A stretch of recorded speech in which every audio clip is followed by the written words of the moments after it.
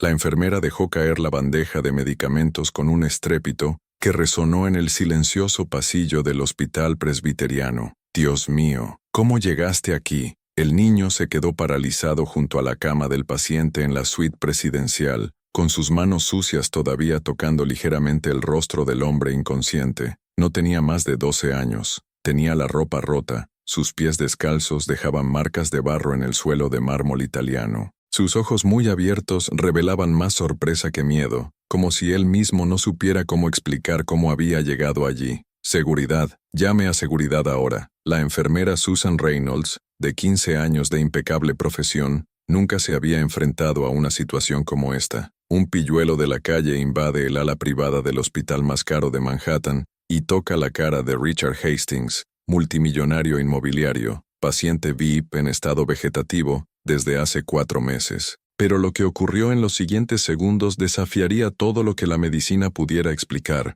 Una lágrima corrió por el rostro de Richard Hastings, una sola lágrima que corre lentamente por la piel de un hombre declarado neurológicamente incapaz de cualquier respuesta emocional. Eso es imposible. Susan se acercó temblando, olvidándose momentáneamente del intruso. Las personas en coma vegetativo profundo no producen lágrimas emocionales. Ella lo había estudiado, visto decenas de casos. Eso simplemente no sucedió. El niño filipino no intentó escapar, permaneció allí, con sus pequeñas manos todavía cerca del rostro del multimillonario, como si estuviera atrapado por alguna fuerza invisible. «Lo siento, señora», murmuró en un inglés con mucho acento. «Yo lo conozco». La absurda frase resonó en la lujosa suite. Un pilluelo filipino que afirma conocer a Richard Hastings III, heredero de una fortuna valorada en 8,000 millones de dólares, un hombre que circulaba exclusivamente entre la élite de Manhattan, cuyo último evento social fue una cena benéfica cuya entrada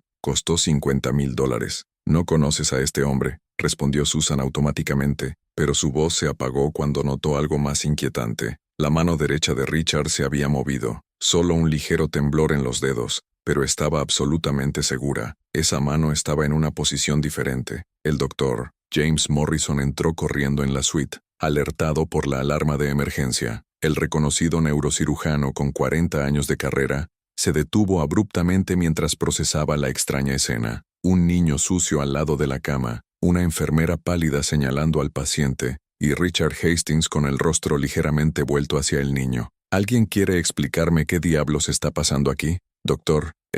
El señor Hastings reaccionó. Lo vi con mis propios ojos. Lágrimas, movimiento en su mano, su cabeza. La gente en estado vegetativo no reacciona emocionalmente, Susan. Tú lo sabes. Pero el doctor Morrison se acercó con la linterna neurológica y examinó las pupilas del paciente. Nada, reflejos ausentes como siempre. Pero algo le molestaba. La posición de la cabeza en realidad parecía diferente a la de los registros fotográficos diarios. «Seguridad en camino, doctor», informó Susan por el intercomunicador. «Esperar». El doctor Morrison levantó la mano y observó al niño filipino con despertada curiosidad científica. «Niño, dijiste que conocías al señor Hastings. ¿Cómo?» El chico tragó saliva.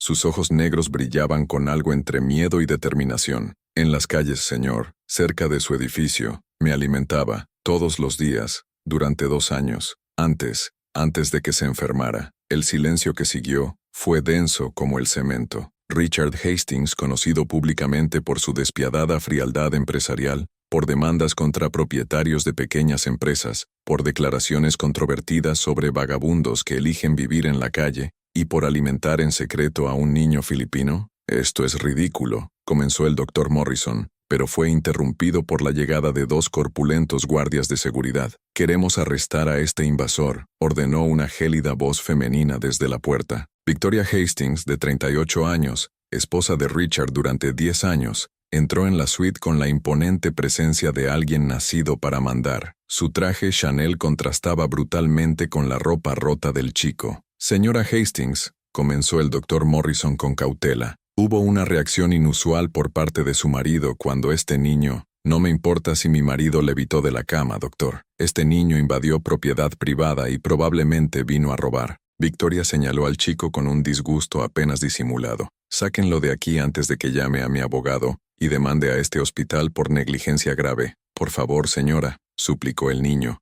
mientras las lágrimas corrían por su rostro sucio. No vine a robar. Solo quería ver si estaba bien. Él me ayudó. Era mi amigo. Victoria dejó escapar una risa tan fría que hizo temblar a Susan. ¿Amigo? Mi marido no tiene amigos filipinos pilluelos de la calle, criatura. Apenas tocaría a los pobres sin guantes. Se volvió hacia los guardias de seguridad. Quiten esta basura inmediatamente. Pero cuando el guardia de seguridad llegó, extendió la mano para agarrar el brazo del niño. Algo extraordinario sucedió. El monitor cardíaco de Richard empezó a pitar más rápido. Su presión arterial aumentó notablemente en el monitor, y su mano, esa misma mano derecha, se cerró lentamente en un puño. El doctor Morrison empujó al guardia de seguridad hacia atrás con los ojos fijos en las máquinas. Nadie toca a este niño. Nadie. ¿Cómo te atreves a dar órdenes en presencia de mí? Tu marido está reaccionando, Victoria. El doctor Morrison casi gritó. Por primera vez en 4 meses, estamos viendo actividad neurológica sensible, y está directamente relacionada con la presencia de este niño. Victoria palideció, pero rápidamente recuperó su máscara de control.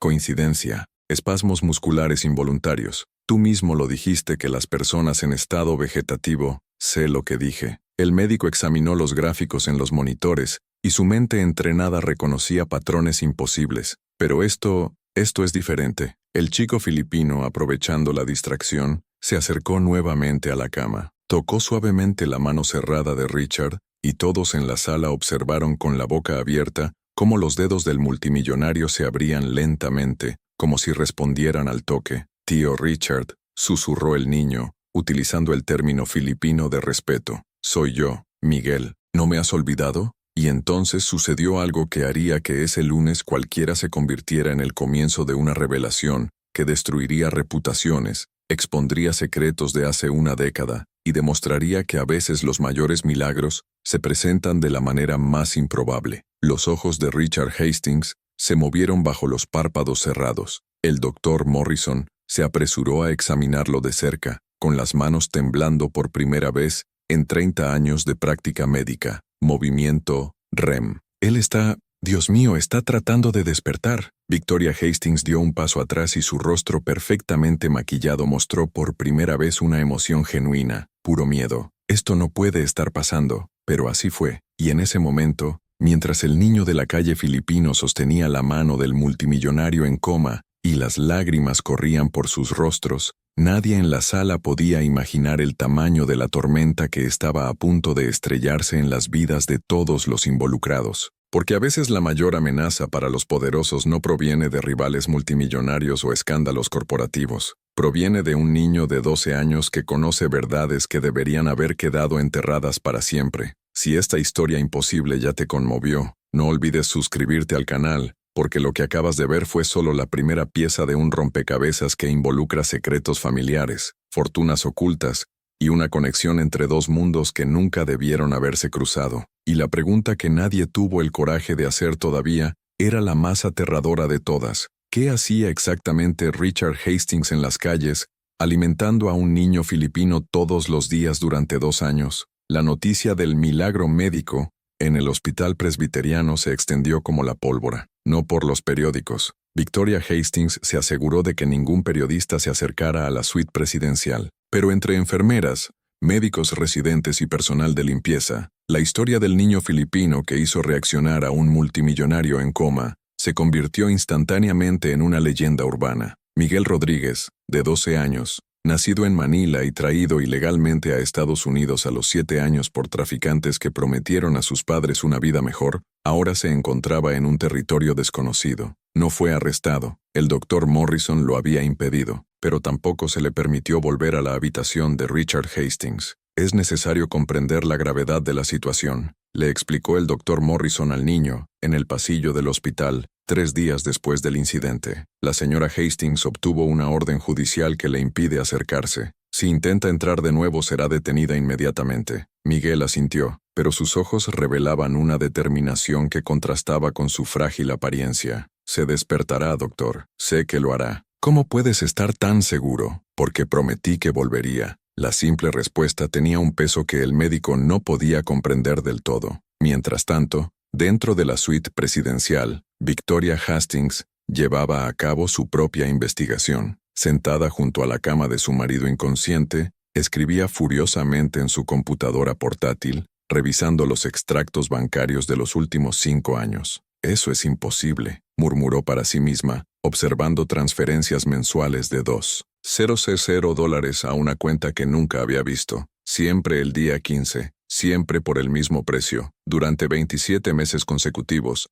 hasta el mes del accidente de Richard. La cuenta pertenecía a una tal Rosa Rodríguez, y la dirección registrada estaba en Elmhurst, Queens, uno de los barrios más pobres de la ciudad. Victoria cogió el teléfono y llamó a Marcus Webb, el investigador privado que la familia Hastings había tenido en nómina durante años. «Marcus, necesito información. Información sobre alguien. Urgente». 6 horas después, tenía en sus manos un expediente completo. Rosa Rodríguez, filipina de 34 años, trabajaba 16 horas al día como limpiadora en 3 trabajos diferentes. Madre soltera de Miguel Rodríguez. Vivían en un apartamento de una habitación compartido con otras 2 familias de inmigrantes. Estatus legal, indefinido, probablemente indocumentado. Pero el detalle que hizo que Victoria apretara el informe con tanta fuerza que arrugara las páginas estaba resaltado en amarillo. Rosa había trabajado como limpiadora nocturna en el edificio de oficinas Hastings Tower durante 4 años. Su turno comenzaba a las 11 de la noche y terminaba a las 5 de la mañana. «Así que fue así», susurró Victoria. Las piezas del rompecabezas encajaron en su lugar de una manera que definitivamente no le gustaba. Su marido saliendo temprano en la mañana para reuniones importantes o para comprobar proyectos, en realidad estaba... El teléfono sonó, interrumpiendo sus venenosos pensamientos. Era su cuñado, James Hastings, hermano menor de Richard y vicepresidente de Hastings Enterprises. «Victoria, tenemos que hablar sobre la situación legal». Su voz era demasiado profesional, demasiado fría. «Con Richard en estado vegetativo, los accionistas están nerviosos. Necesitamos a alguien con plenos poderes para tomar decisiones». «Ya tengo un poder legal, James. Poder para decisiones médicas, sí, pero para negocios». Hizo una pausa calculada. «Bueno, Richard nunca te dio acceso total a las operaciones de la empresa, ¿verdad? Y ahora estamos perdiendo contratos, los inversores están cuestionando el liderazgo».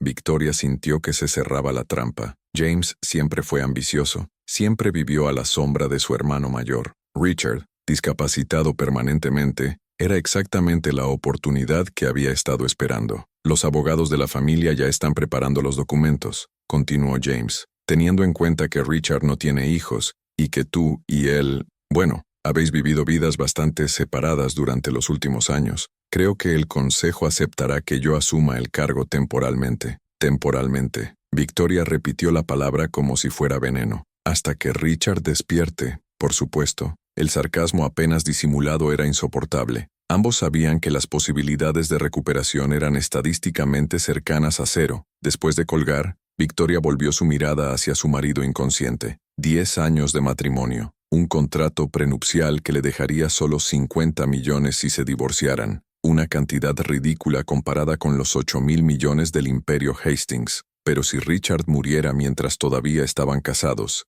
ella heredaría el 40% de todo, a menos que James pudiera demostrar que ella no era una esposa devota, según los términos del testamento de Richard. Y ahora estaba este niño filipino, que decía ser el amigo de su marido. Un niño cuya madre recibía $2,000 al mes de una cuenta secreta. Un niño que, inexplicablemente, había provocado la primera reacción neurológica de Richard en 4 meses. Victoria no creía en los milagros, pero él creía en los secretos. Y los secretos, cuando se exponen en el momento equivocado, pueden destruir fortunas. Mientras Victoria conspiraba en el hospital, Miguel regresaba al refugio temporal donde lo habían alojado los servicios sociales tras descubrir que vivía en la calle. Su madre, Rosa, trabajaba tanto que apenas lo veía, y su superpoblado apartamento en Queens no tenía espacio para un niño. «¿Cómo está el hombre rico?», preguntó Tommy, otro niño del refugio, con la crueldad casual de alguien que nunca tuvo nada que perder. «¿Sigues pensando que sois amigos?».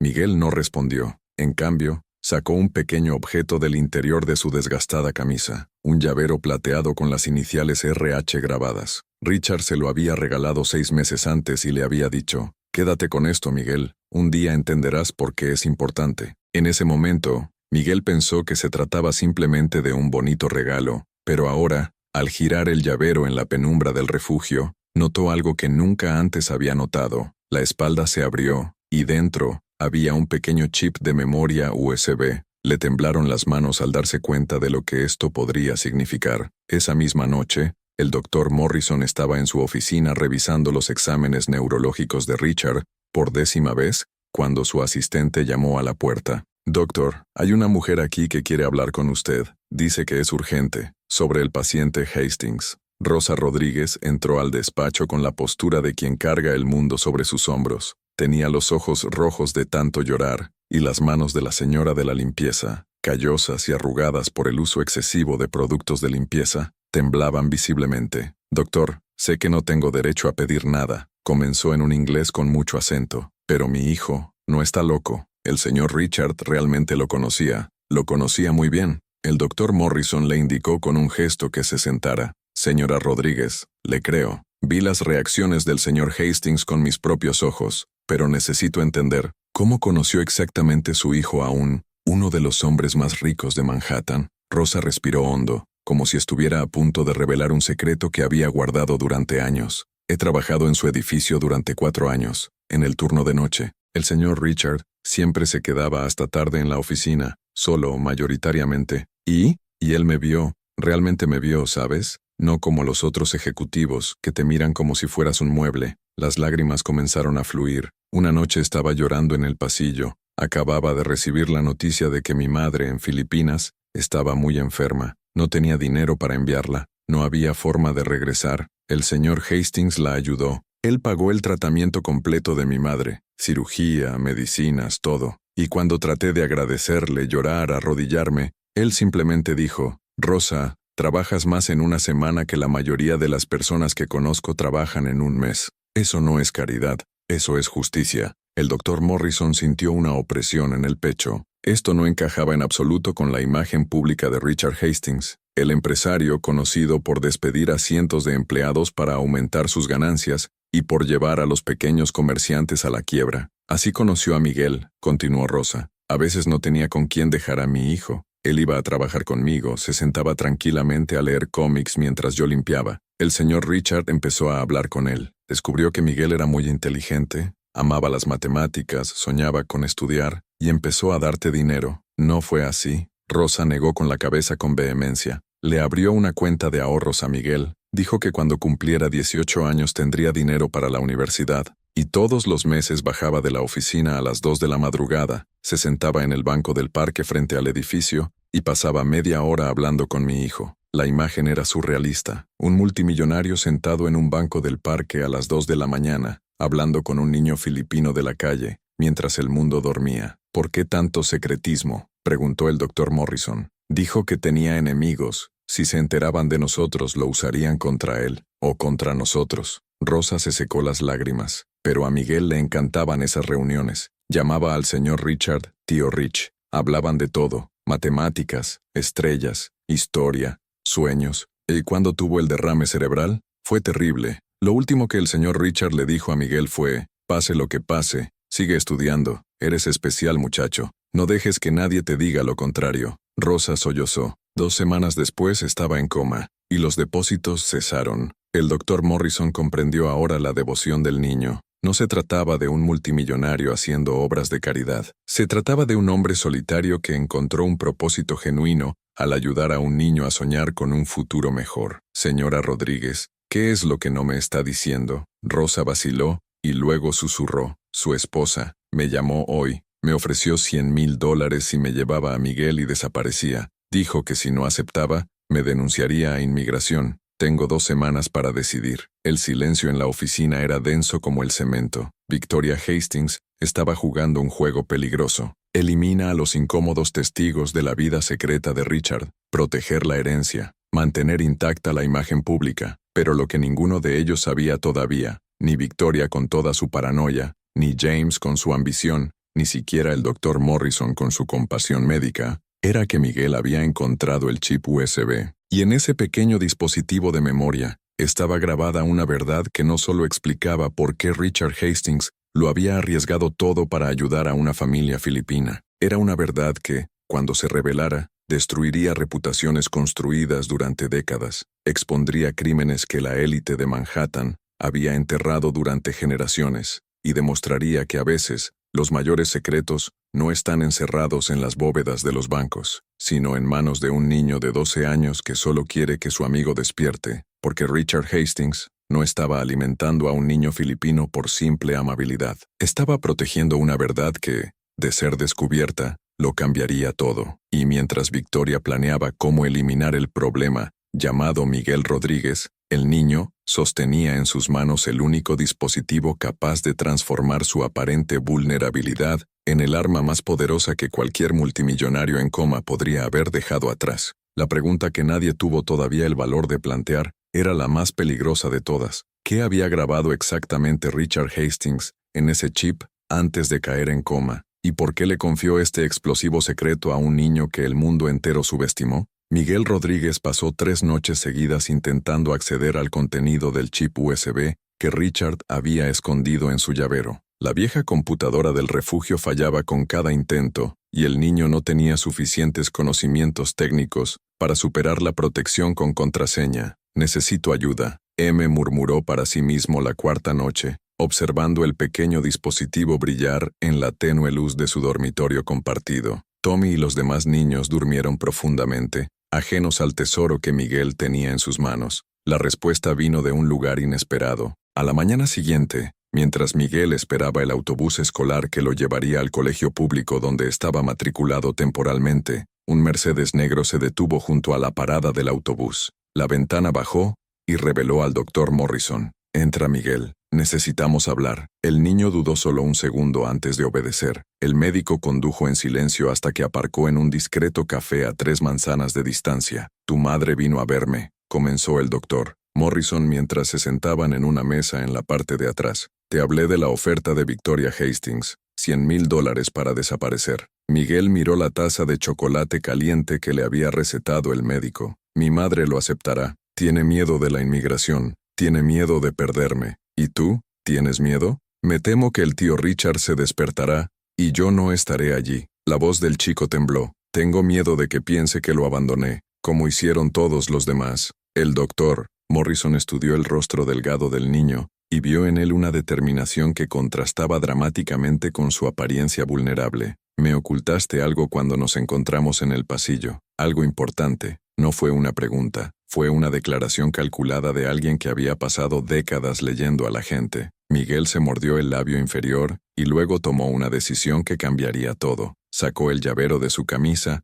y lo colocó sobre la mesa. «Él me dio esto, 6 meses antes de enfermarse. Me dijo que lo conservara y un día entendería por qué». Separó con cuidado las 2 mitades del llavero, dejando al descubierto el chip USB. «Pero tiene una contraseña, no puedo abrirlo». El médico tomó el dispositivo con reverencia, como si sostuviera algo infinitamente precioso y peligroso al mismo tiempo. «¿Tienes alguna idea de lo que podría haber aquí?» «La verdad», Miguel respondió con una sencillez devastadora. «El tío Richard siempre decía que la verdad es lo único que los poderosos realmente temen». El doctor Morrison sonrió por primera vez en días. «Conozco a alguien que puede ayudarnos, pero Miguel, debes entenderlo. Si abrimos esto, si descubrimos algo importante, no habrá vuelta atrás. Victoria Hastings no es una mujer que perdona las amenazas. Ella ya quiere que desaparezcamos». El niño se encogió de hombros con el pragmatismo de quien vive en la calle. «Al menos así descubriremos por qué tiene tanto miedo». 2 horas más tarde, estaban en el pequeño apartamento de David Chen, un ex-hacker que ahora trabajaba como especialista en forense digital para bufetes de abogados. El doctor Morrison lo conocía desde sus días universitarios, cuando David todavía estaba decidiendo si usar sus talentos tecnológicos para obtener ganancias buenas o rápidas. «Protección militar», siseó David, mientras conectaba el chip a su computadora modificada. Quien haya cifrado esto no estaba bromeando. Tomará algunas horas. Mientras se ejecutaban programas complejos en la pantalla, llenándola de códigos incomprensibles, el doctor Morrison recibió una llamada del hospital. Era Susan, la enfermera, que susurraba con urgencia. «La doctora Victoria Hastings ha traído un nuevo equipo médico. Dicen que son especialistas en coma de otra institución, pero algo anda mal. Quieren cambiar el protocolo de medicación de Richard». «¿Qué tipo de cambio?» «Sedantes más fuertes. Dijeron que es para estabilizar al paciente. Pero doctor, las personas en coma vegetativo profundo no necesitan sedantes, a menos a menos que estén empezando a despertar, añadió el doctor Morrison, sintiendo una oleada de ira. Victoria estaba tratando de evitar que Richard recuperara el conocimiento. Susan, ¿puedes retrasar esto? ¿Se te ocurre alguna complicación burocrática? Puedo intentarlo, pero no por mucho tiempo. Cuando colgó, Miguel lo estaba mirando con ojos que parecían demasiado viejos para su rostro joven. Ella va a matarlo, ¿no? Su esposa. No matarlo, pero mantenerlo en coma permanentemente. Eso lo intentará. El médico miró a David. ¿Cuánto falta? 2 horas, tal vez 3. Miguel se levantó bruscamente. No tenemos 3 horas. Necesito verlo. Ahora. Tiene una orden judicial que impide. Lo desperté una vez. Puedo hacerlo de nuevo. La certeza en la voz del chico era inquebrantable. Antes de que ella lo haga dormir para siempre. El doctor Morrison tomó una decisión que podría costarle su licencia médica. Vamos. Pero tenemos que ser rápidos e inteligentes. El plan era extremadamente arriesgado. El doctor Morrison normalmente entraba por el salón principal, distrayendo al equipo y a Victoria con preguntas técnicas sobre los nuevos protocolos. Miguel entraría por la escalera de servicio, la misma que había usado la primera vez, cuando nadie sabía cómo había llegado un niño de la calle a la suite presidencial. 15 minutos, instruyó el doctor Morrison, mientras estacionaban a 2 cuadras del hospital presbiteriano. Eso es todo lo que puedo darles antes de los avisos de seguridad. Miguel asintió y desapareció hacia la entrada de servicio con la agilidad de quien lleva años recorriendo los rincones olvidados de la ciudad. Dentro de la suite presidencial, Victoria Hastings supervisó personalmente mientras el doctor Edmund Carlisle, un neurólogo que había contratado específicamente porque hacía preguntas mínimas cuando el salario era generoso, preparaba el nuevo medicamento. ¿Cuánto falta para que podamos declarar oficialmente irreversible el pronóstico? Victoria preguntó con la sutileza de una espada. ¿Con este protocolo?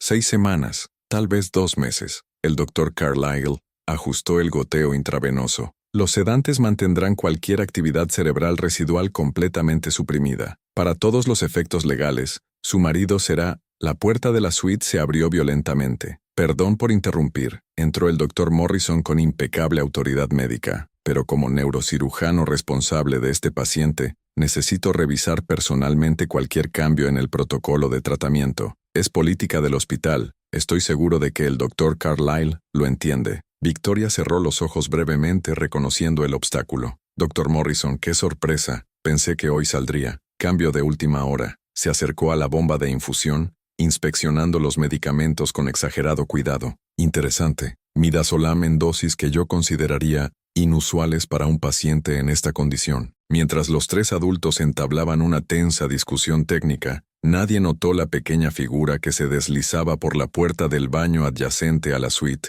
una entrada de servicio que utilizaba el personal de limpieza. Miguel se acercó silenciosamente a la cama. Su corazón latía con fuerza al ver a Richard nuevamente. El multimillonario parecía más pequeño y frágil de lo que el niño recordaba. Las máquinas circundantes pitaban monótonamente, midiendo una vida suspendida entre existir y desaparecer. Tío Rich, susurró Miguel, sus pequeñas manos tocando suavemente el rostro del hombre. Soy yo. Estoy de vuelta, como lo prometí. No pasó nada. Miguel sintió crecer la desesperación. 15 minutos. Solo tuvo 15 minutos antes de que el plan del doctor Morrison se desmoronara y la seguridad lo sacara de allí permanentemente. Por favor, se le quebró la voz. Dijiste que era especial, que no dejaría que nadie me convenciera de lo contrario. Pero ahora necesito que despiertes, tío Rich. Necesito que seas fuerte como me enseñaste a ser. Las voces en la habitación de al lado se hicieron más fuertes. Victoria se dio cuenta de la estratagema del doctor Morrison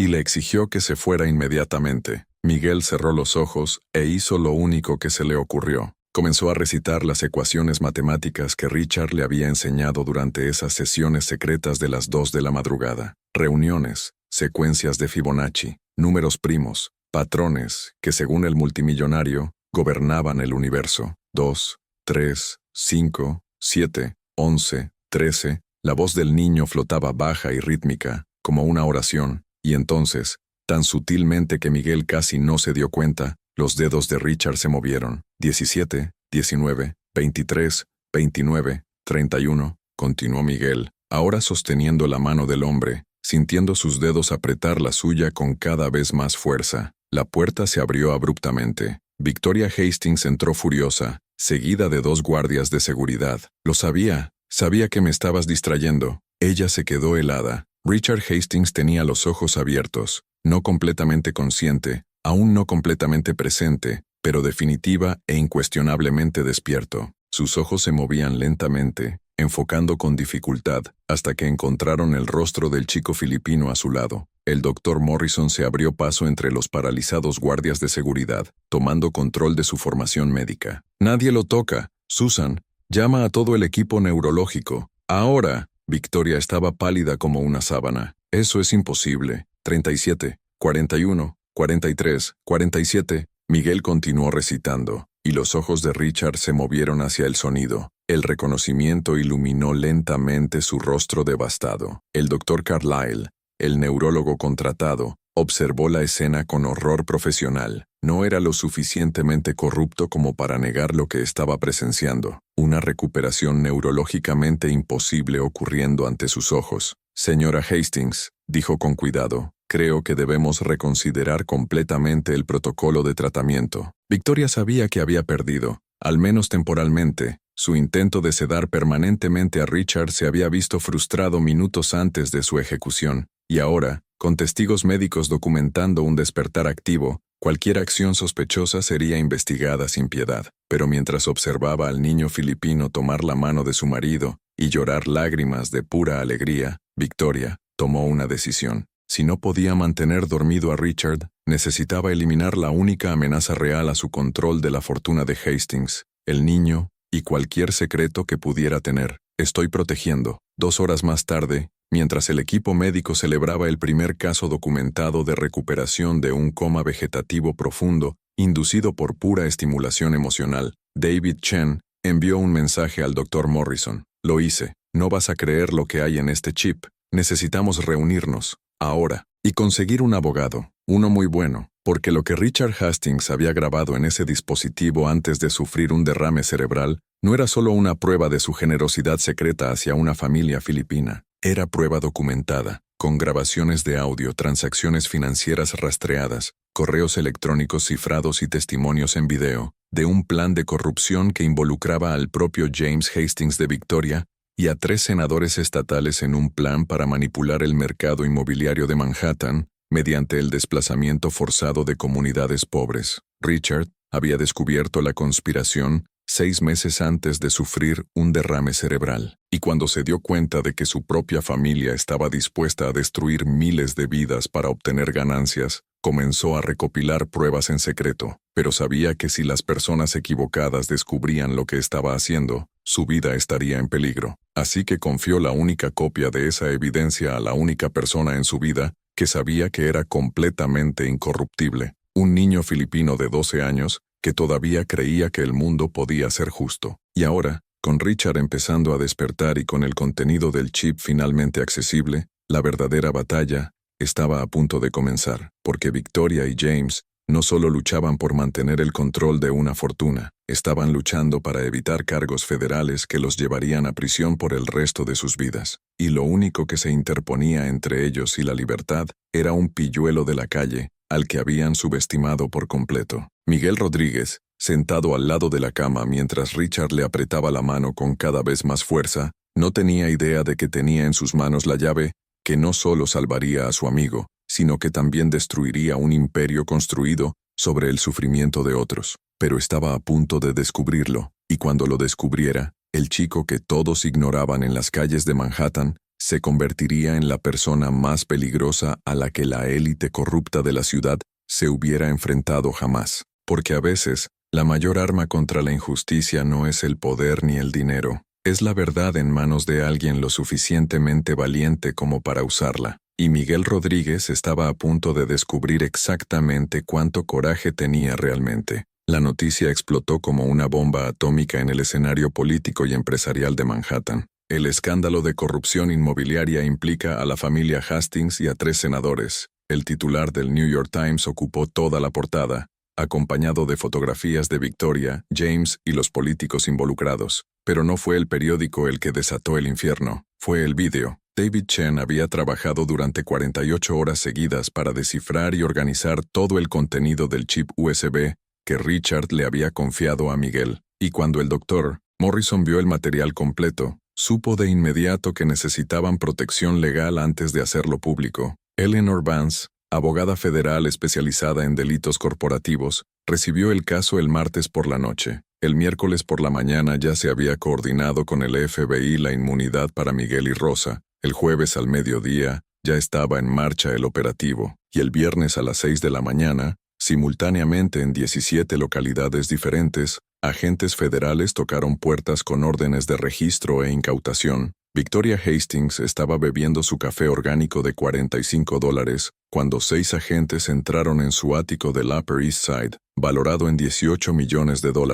Victoria Hastings, estás arrestada por conspiración para cometer fraude inmobiliario, soborno de funcionarios públicos e intento de asesinato. El agente especial Thompson le leyó sus derechos mientras estaba esposada y todavía vestida con su bata de seda italiana. Esto es absurdo, mi abogado. Su abogado también está siendo arrestado en este momento, señora Hastings. Al igual que su cuñado James, los senadores Morrison, Blake y Hutchinson, y otras 17 personas involucradas en el plan. El rostro de Victoria pasó de la indignación al pánico puro cuando Thompson colocó una tablet sobre la mesa, mostrando el video que se estaba volviendo viral en Internet en ese mismo momento. Era Richard Hastings, grabado 6 meses antes de sufrir un derrame cerebral, sentado en su oficina privada a las 3 de la madrugada. Mi nombre es Richard Hastings III. Su voz era firme, controlada, pero cargada de emoción. Y estoy grabando esto porque descubrí que mi esposa y mi hermano están involucrados en un plan criminal que destruirá a miles de familias pobres para su beneficio personal. Victoria sintió que sus piernas se debilitaban. Durante los últimos 6 meses he recopilado pruebas irrefutables,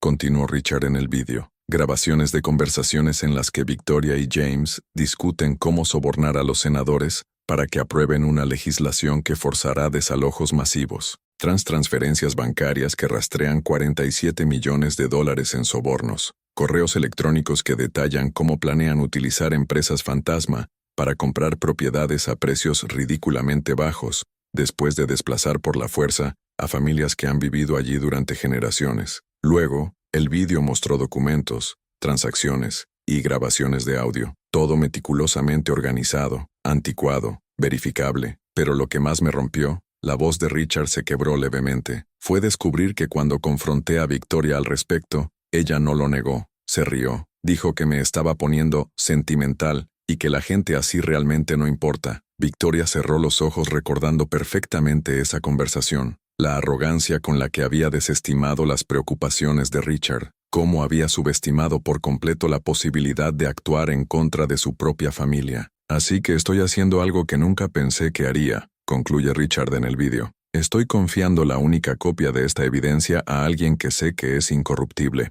alguien que todavía cree en la justicia real. Si estás viendo esto, significa que algo me pasó, y significa que esta persona tuvo el coraje de sacar la verdad a la luz. La pantalla se oscureció, y luego apareció una segunda parte del vídeo, grabado más recientemente. Era Miguel Rodríguez, sentado junto al Dr. Morrison y Eleanor Vance. Su voz infantil contrastaba brutalmente con la seriedad de lo que decía. Mi nombre es Miguel Rodríguez. Tengo 12 años. El tío Richard me dio este chip 6 meses antes de enfermarse. Me dijo que si le pasaba algo, debía buscar a alguien en quien confiar y dárselo. Me dijo que había gente mala tratando de lastimar a los pobres, y que la verdad era la única arma a la que realmente tenían miedo. El niño miró directamente a la cámara. Así que aquí está la verdad. Lo que siguió fueron 47 minutos de evidencia devastadora. Cada transacción, cada conversación grabada, cada correo electrónico incriminatorio, todo presentado con claridad quirúrgica por Eleanor Vance,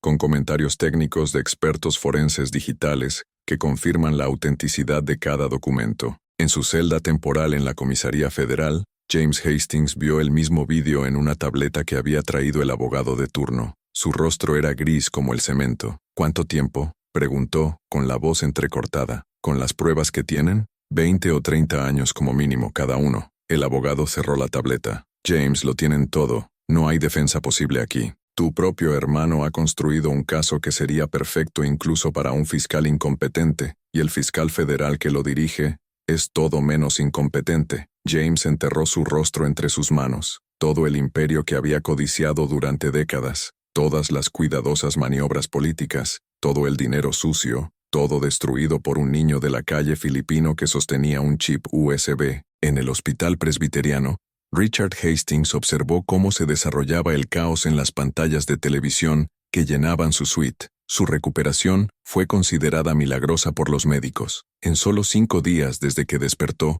pudo hablar con frases cortas, moverse con ayuda y procesar información compleja. Miguel estaba sentado a su lado tomándole la mano. «Tú hiciste bien», logró decir Richard, su voz aún débil pero clara. «Valiente, mi muchacho». «Tenía miedo», admitió Miguel, con lágrimas en los ojos. «Pensé que tal vez estarías enojado conmigo por exponer a tu familia». Richard apretó la mano del niño con toda la fuerza que pudo reunir. «No, familia. Ellos no son familia. Tú, familia». El doctor Morrison observó desde la puerta, admirando la conexión entre estos dos, un multimillonario arruinado y un pilluelo de la calle, unidos por algo más fuerte que la sangre o el dinero, unidos por una bondad genuina en un mundo que rara vez la reconoce. La sala de prensa de la Fiscalía Federal estaba repleta cuando Eleanor Vance hizo el anuncio oficial. Hoy, la Fiscalía Federal acusa formalmente a 17 personas, incluidos miembros de la familia Hastings y 3 senadores estatales, de conspiración para cometer fraude inmobiliario masivo,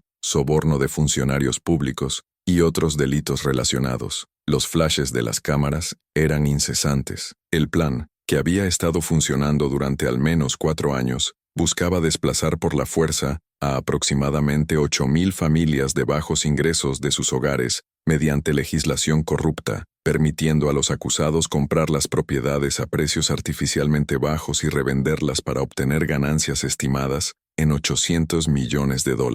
Un murmullo de sorpresa recorrió la habitación, pero gracias al extraordinario coraje de Richard Hastings, quien recopiló esta evidencia asumiendo un riesgo personal significativo, y a la determinación de un niño de 12 años llamado Miguel Rodríguez, quien sacó a la luz esta evidencia cuando su amigo no pudo hacerlo, pudimos evitar que este crimen contra miles de familias se hiciera realidad. Eleanor hizo una pausa, dejando que el sonido de tus palabras resuenan. Esto sirve como recordatorio de que la justicia no conoce clases, y que a veces, los héroes más improbables son los que la sociedad más ignora. En el ático que Victoria había considerado intocable, los agentes federales catalogaron meticulosamente cada artículo de lujo que sería confiscado como parte de la restitución de activos. Las pinturas de $2 millones, el armario con bolsos que cuestan más que los coches, las joyas que podrían alimentar a familias enteras durante años. Todo sería subastado. Cada centavo se destinaría a un fondo de compensación para las familias que estuvieron a punto de ser desplazadas. Victoria, que ahora vestía el uniforme naranja estándar de la prisión federal, observó por televisión desde la sala de detención cómo su lujosa vida era desmantelada pieza por pieza en vivo por televisión. Como mujer que juró que estaba por encima de todos los demás, comentó el presentador de noticias, Victoria Hastings ahora enfrenta la perspectiva de pasar las próximas 3 décadas tras las rejas. Los fiscales dicen que las pruebas en su contra son tan abrumadoras que no se ha ofrecido ningún acuerdo de culpabilidad. La compañera de celda de Victoria, una mujer que había sido arrestada por robar comida para alimentar a sus hijos, miraba la pantalla con una sonrisa irónica. «Tú eres esa mujer rica, ¿verdad? La que aparece en los periódicos». Victoria no respondió. «Es curioso cómo funciona, ¿no? Robé $47 en comida y me dieron 6 meses. Tú le robaste millones a la gente pobre y te condenarán a 30 años». La mujer se acostó en su cama. «Creo que por fin la justicia funciona correctamente». Esa noche, Rosa Rodríguez recibió una visita inesperada en su pequeño apartamento de Queens. Era Ernesto Molina, el abogado de Richard. «Señora Rodríguez, el señor Hastings me pidió que le entregara esto personalmente». Le entregó un sobre grueso. Dentro había documentos legales y una carta manuscrita de Richard, escrita con dificultad pero legible. «Rosa, durante 4 años limpiaste mis oficinas mientras yo fingía trabajar hasta tarde. De hecho, esperaba con ansias esas breves conversaciones que tuvimos en los pasillos vacíos.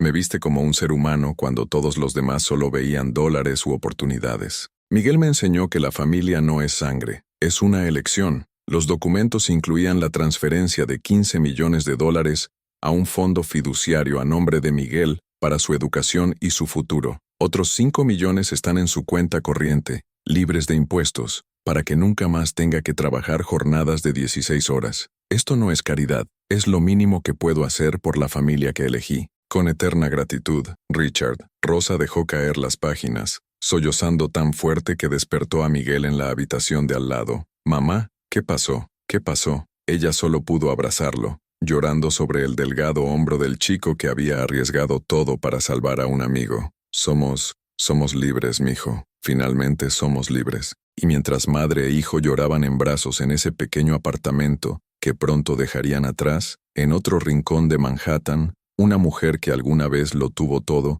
ahora solo tenía las paredes de una celda y el peso aplastante de sus propias decisiones. Victoria Hastings había subestimado a un chico de la calle filipino, pensando que el poder y el dinero la harían intocable, pero descubrió demasiado tarde que la verdadera fuerza no proviene de cuentas bancarias ni de conexiones políticas. Proviene del coraje de la gente corriente que se niega a aceptar que la injusticia es el precio inevitable de vivir en un mundo desigual, y a veces, ese coraje viene envuelto en el frágil cuerpo de un niño de 12 años que solo quiere que su amigo despierte, porque al final no fue el multimillonario quien salvó al niño de la calle, fue el niño de la calle quien salvó al multimillonario, y a miles de familias más en el proceso, y demostró que cuando le das la verdad a alguien lo suficientemente valiente como para usarla, no todos los abogados caros del mundo pueden impedir que finalmente se haga justicia. La pregunta que quedó en el aire, mientras el polvo comenzaba a asentarse sobre el mayor escándalo de corrupción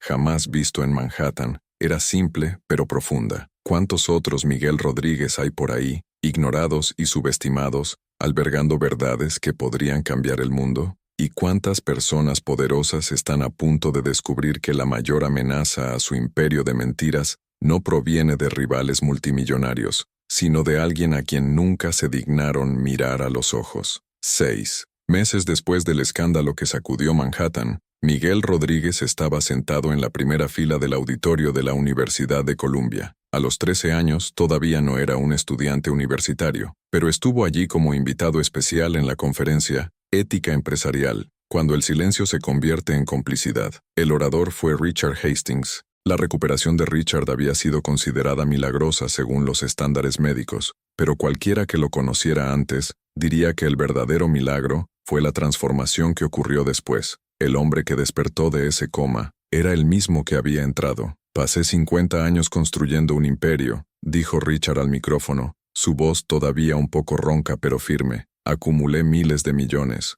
Gané todos los premios que el mundo empresarial tiene para ofrecer, y estaba completamente solo, rodeado de personas que solo veían dólares cuando me miraban». El público de 300 estudiantes de negocios y empresarios escuchó en absoluto silencio, hasta que un niño filipino de 12 años, que vivía en la calle, me enseñó lo que es el verdadero éxito. No tenía nada, pero me dio algo que ni todo mi dinero podría comprar: amistad genuina, sin intereses, sin cálculos, simplemente pura humanidad. Miguel sintió que le ardían las mejillas por la atención, pero Richard continuó. «Cuando descubrí que mi propia familia estaba dispuesta a destruir 8,000 familias para obtener ganancias, me enfrenté a una elección: proteger mi sangre y mi fortuna, o proteger lo que era correcto. Elegí lo último, y confié la evidencia de esta corrupción a un niño que el mundo entero ignoró». Richard hizo una pausa, y sus ojos se encontraron con los de Miguel en la primera fila. Ese niño arriesgó todo, su seguridad, la seguridad de su madre, su futuro, para sacar la verdad a la luz cuando yo no pude. Tenía todos los motivos para desaparecer con los $100,000 que le ofreció mi ex esposa, pero prefirió la justicia al dinero fácil. La sala estalló en aplausos. Mientras tanto, en una prisión federal a 200 kilómetros de distancia, Victoria Hastings vio una transmisión en vivo de la charla en una tableta que otro recluso había sacado de contrabando. Su uniforme naranja estaba arrugado, su cabello alguna vez impecable ahora recogido en una simple cola de caballo, sin los tratamientos de $500 que solía recibir semanalmente. «Apágalo», refunfuñó su compañera de celda. «Solo te duele». Pero Victoria no podía apartar la mirada. Ver a Richard, su Richard, frente a cientos de personas, siendo aclamada por hacer exactamente lo contrario de todo lo que había planeado. El juicio había sido rápido y devastador. Con las pruebas reunidas por Richard, no había posible defensa. Victoria cumplió 28 años. James obtuvo 32. Los 3 senadores perdieron mandatos y recibieron entre 15 y 20 años cada uno. ¿Los 800 millones de dólares que planeaban ganar con el plan? Confiscados y distribuidos a un fondo de vivienda pública que ayudaría a las mismas familias que intentaron desplazar. 18 meses, murmuró Victoria para sí misma, viendo a Richard sonreírle a Miguel en la pantalla. Hace 18 meses lo tenía todo, ahora tengo esto. Su compañera de celda, una mujer llamada Jennifer que cumplía condena por fraude de seguros, negó con la cabeza. Aún no lo entiendes, ¿verdad? En realidad nunca tuviste nada, solo tuviste cosas. Ese chico en la pantalla siempre fue más rico que tú. Victoria cerró los ojos. La verdad de esas palabras dolía más que cualquier sentencia judicial. De regreso a Columbia, después de la charla, Miguel estaba rodeado de estudiantes que querían tomar fotografías y hacer preguntas. ¿Cómo tuviste el coraje de enfrentarte a gente tan poderosa?, preguntó una chica con una maestría en Derecho. Miguel pensó detenidamente antes de responder. Supongo,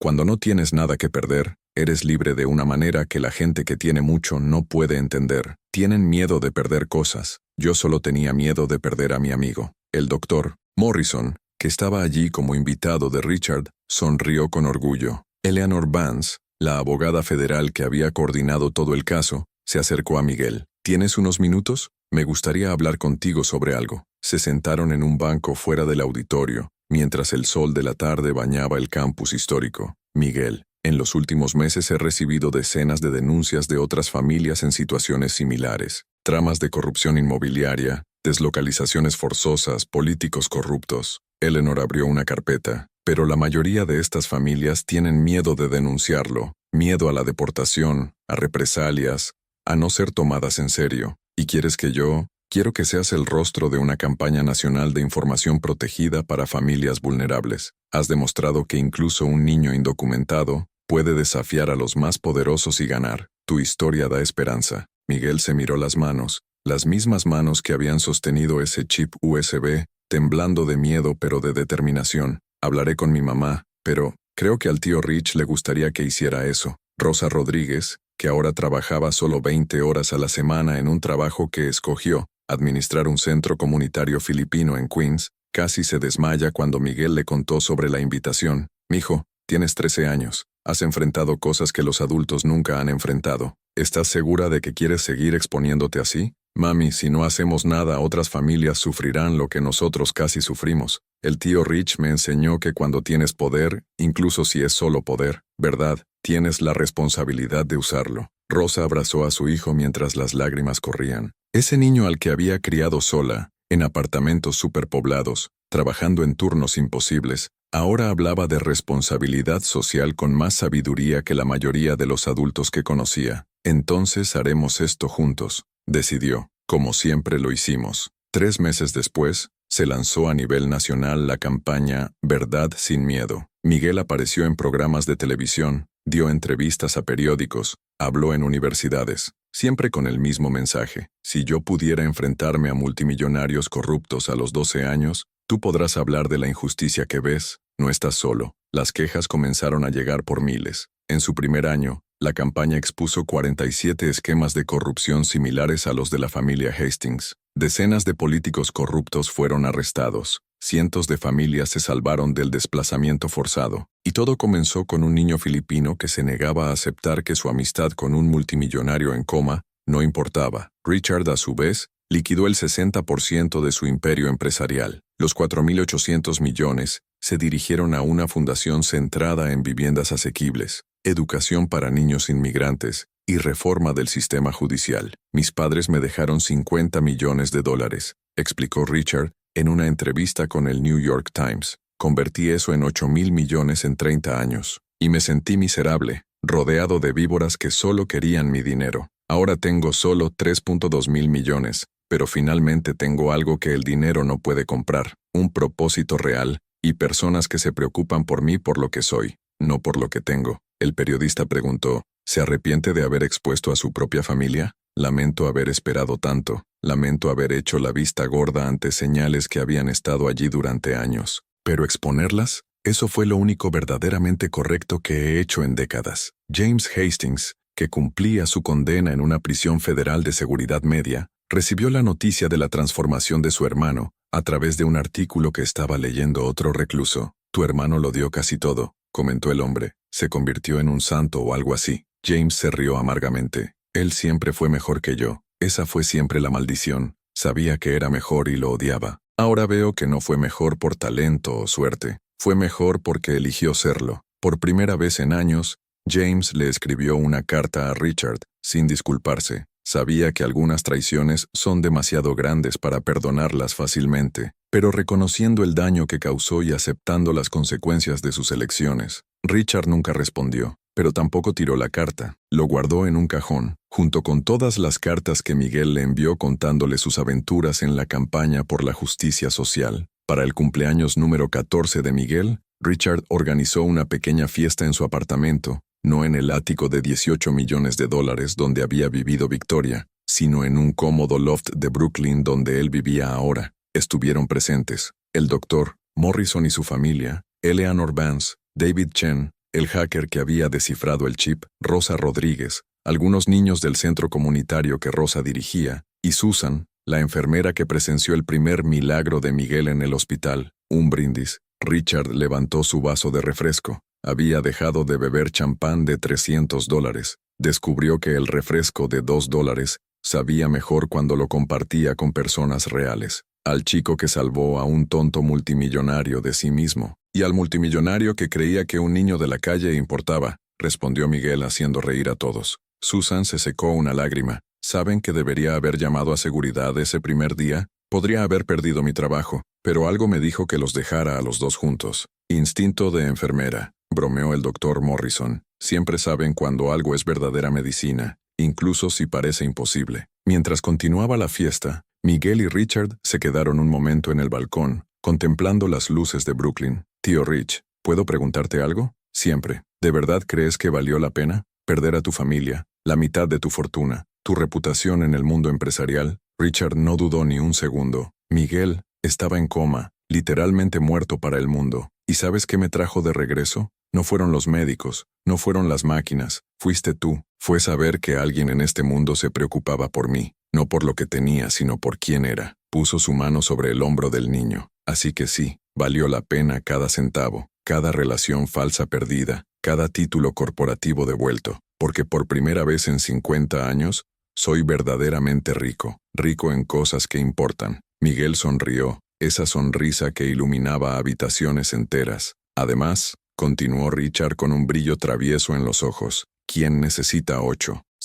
$millones cuando $3.200 millones son más que suficientes para garantizar que, y un brillante muchacho filipino, recibe la mejor educación del mundo, se gradúa en cualquier universidad que elija, y todavía tiene suficiente dinero para ayudar a 1000 otras familias como la suya? Eres imposible, se rió Miguel. Aprendí del mejor. Un niño de 12 años que irrumpió en un hospital, desafió a los guardias de seguridad, se enfrentó a un multimillonario psicópata y salvó no solo una vida, sino miles de vidas. La lección de esa historia imposible fue simple pero profunda. El mayor poder no proviene de cuentas bancarias ni de apellidos famosos. Se trata de tener suficiente coraje para hacer lo correcto cuando todos te dicen que eres demasiado pequeño, demasiado joven, demasiado pobre para marcar la diferencia. Victoria Hastings tenía $8.000 millones y lo perdió todo porque creía que el dinero la hacía intocable. Miguel Rodríguez no tuvo nada, y lo ganó todo porque creía que una vida importa más que cualquier fortuna. Y Richard Hastings, que ha tenido ambos mundos, aprendió de la manera más dolorosa posible que puedes tener todos los ceros que quieras en tu cuenta bancaria, pero sin humanidad, sin conexiones reales, sin mayor propósito que acumular riqueza, eres el más pobre de los mendigos. A veces un milagro no se trata de curas imposibles o intervenciones divinas, se trata de un niño de la calle que se niega a aceptar que la justicia es un privilegio solo para quienes pueden pagarla. Se trata de un multimillonario que decide traicionar a su propia familia para proteger a miles de extraños. Se trata de personas comunes y corrientes que toman decisiones extraordinarias simplemente porque son las correctas. Y si estás leyendo esta historia pensando, eso nunca sucedería en la vida real, recuerda, sucede todos los días, en los tribunales, en hospitales, en oficinas, en calles, gente común y corriente frente a gigantes. Y a veces, no siempre, pero a veces, los gigantes caen. No porque sean derrotados por la fuerza bruta, sino porque subestimaron el poder de alguien que no tiene nada que perder excepto la verdad. Y la verdad, cuando se pone en las manos adecuadas, es el arma más poderosa que existe. Si esta historia de coraje, justicia y redención te tocó el corazón, suscríbete al canal, porque mientras haya personas dispuestas a luchar por lo que es correcto, no importa cuán pequeñas las considere el mundo, siempre habrá esperanza de que el próximo milagro pueda estar ocurriendo ahora mismo, en algún lugar al que nadie esté prestando atención. Y tal vez, solo tal vez, este próximo milagro comience contigo.